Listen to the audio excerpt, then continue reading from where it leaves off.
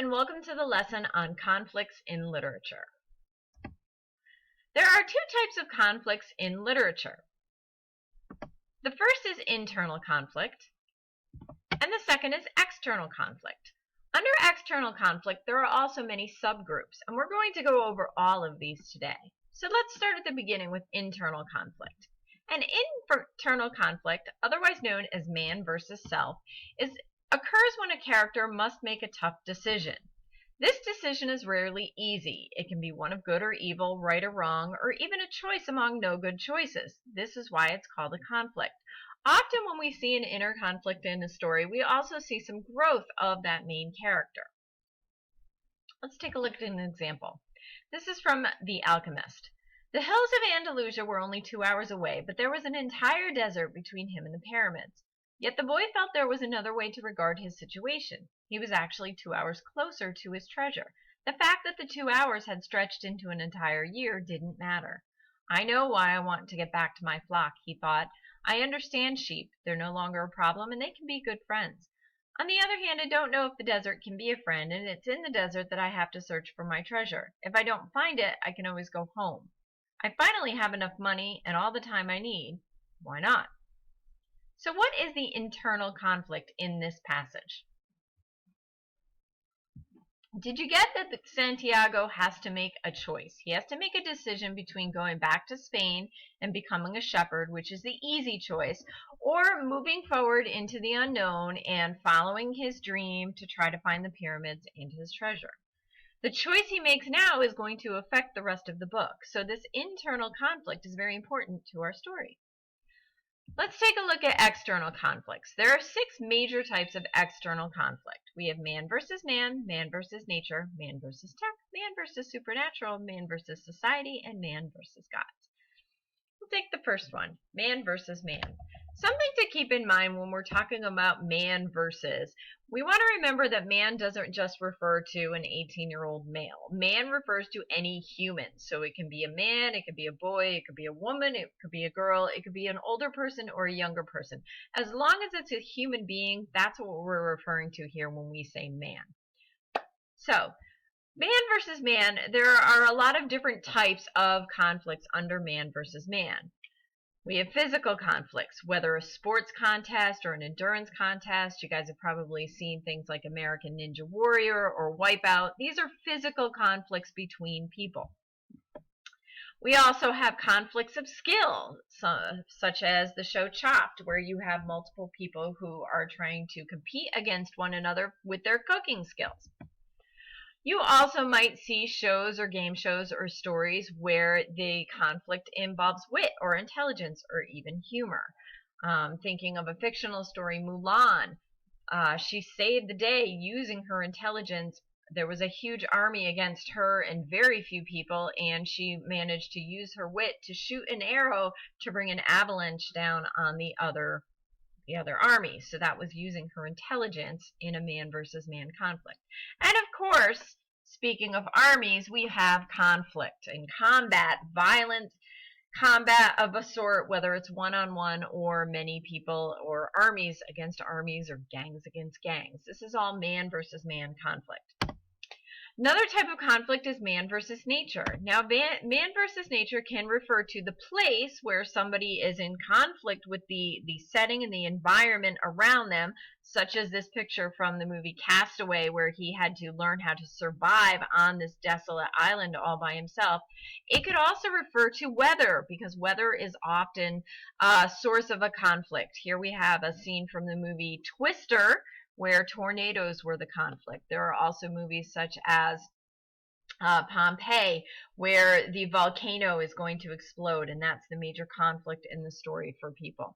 And lastly, under man versus nature, we also include any kind of animals or beasts, because they go by natural instincts and they don't have human reasoning. Any type of beasts, whether it's dogs, cats, tigers, or even dinosaurs brought back to life, these are considered man versus nature type of conflicts when they're causing a problem for the people in the story. External conflict. Next one, we have man versus tech. This is a new one. It's kind of on the rise. We didn't really see this 20, 30 years ago. However, we're starting to see more man versus tech type of conflicts in our stories. One example from very recently is the movie Passengers, where the computer system on board this spaceship woke the main character up 90 years too early, and he has to learn how to deal with that, and saw the movie, you'd see why she's awake as well. Computer glitches are often a source of conflict for people these days. And if you are here at Agora, then you definitely know man versus tech and Blackboard, and need I say more. Other man versus tech type of issues, you might occasionally see problems with robots or androids, especially ones that kind of go over the deep edge. That whole idea of artificial intelligence brings in a whole new source of possible conflicts that people have to deal with, especially in fictional stories. Man versus the supernatural. Now, people, weather, animals, these are all part of our natural world. When you go beyond that, you're talking about supernatural. So something like zombies, The Walking Dead. These would be supernatural type problems that the characters are facing.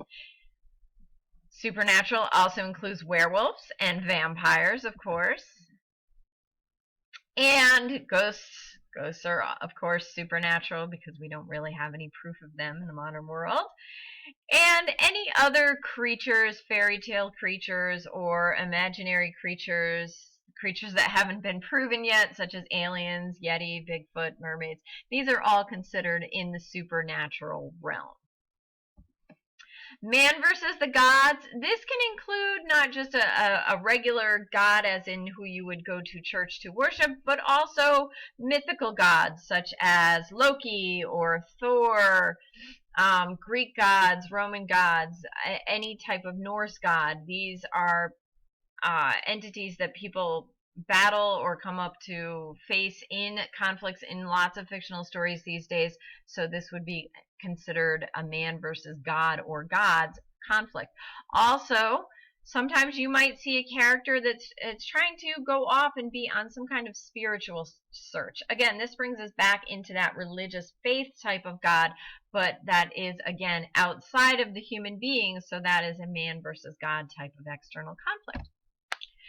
Lastly, we have man versus society. Now, under man versus society, we have two different groups. We have those who have differing beliefs from everybody else. So, the example here, you have a group of people who want to believe in Santa Claus. And does the state of New York believe in Santa Claus? Man versus society can have to do with beliefs and values, one person or a small group of people who are opposing the others. And keep in mind, beliefs also fall into cultures. And you have to ask yourself in these conflicts, is there right or wrong, or is there just a learning of tolerance in there? Other man versus society types of conflicts, you might see one or a group of people seeking some kind of justice. It could be, for instance, civil rights. People who are seeking to change the rules or the laws within society to make life better for everybody. And this would be man versus society. So let's try an example from literature. This is from an earlier reading in the year. This is called The Great Chicago Fire. Go ahead and read through it and then tell what type of conflict this is. Is this man versus self, man versus man versus nature, or man versus the supernatural? Well, if you understood that fire is a force of nature and it's definitely something that man has to deal with, especially when it's windy like the Chicago fire, this would be considered man versus nature. Hopefully you got that. Let's try another one. The driving age. This is from a constructed response we did earlier in the year. Take a few minutes to read back through it and then tell us, what type of conflict is this? Is this man versus self, man versus society, man versus man, or man versus God?